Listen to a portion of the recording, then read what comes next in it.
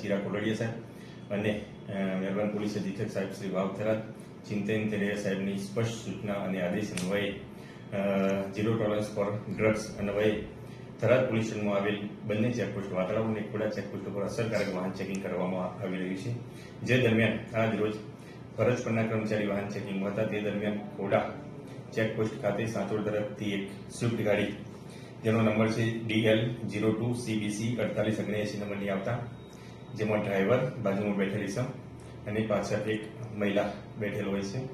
તો શંકાસ્પદ હાલતમાં મળી આવતા તેઓની પાસેથી માદક પદાર્થનો એમ્ફેટામાઇન 146 ગ્રામ, જેની કિંમત છે 14,60,000 રૂપિયા એટલો મુદ્દામાલ મળી આવેલો, જે NDPSનું રેડ કરીને FSL રૂબરૂમાં સરકારી પંચો રૂબરૂ કેસ કરવામાં આવેલો છે. ત્રણ આરોપીઓની અટકાયત લેવામાં આવેલ છે. સદરહુ બંને આરોપી છે વલી મોહમ્મદ મુબારક સિંધી, જેઓ લશ્કરી કુંવર રાજપુરના છે. મહિલા છે એમની પત્ની છે બોરુબેન વલી મોહમ્મદ મુબારક સિંધી, જે પણ લશ્કરી કુંવરના છે.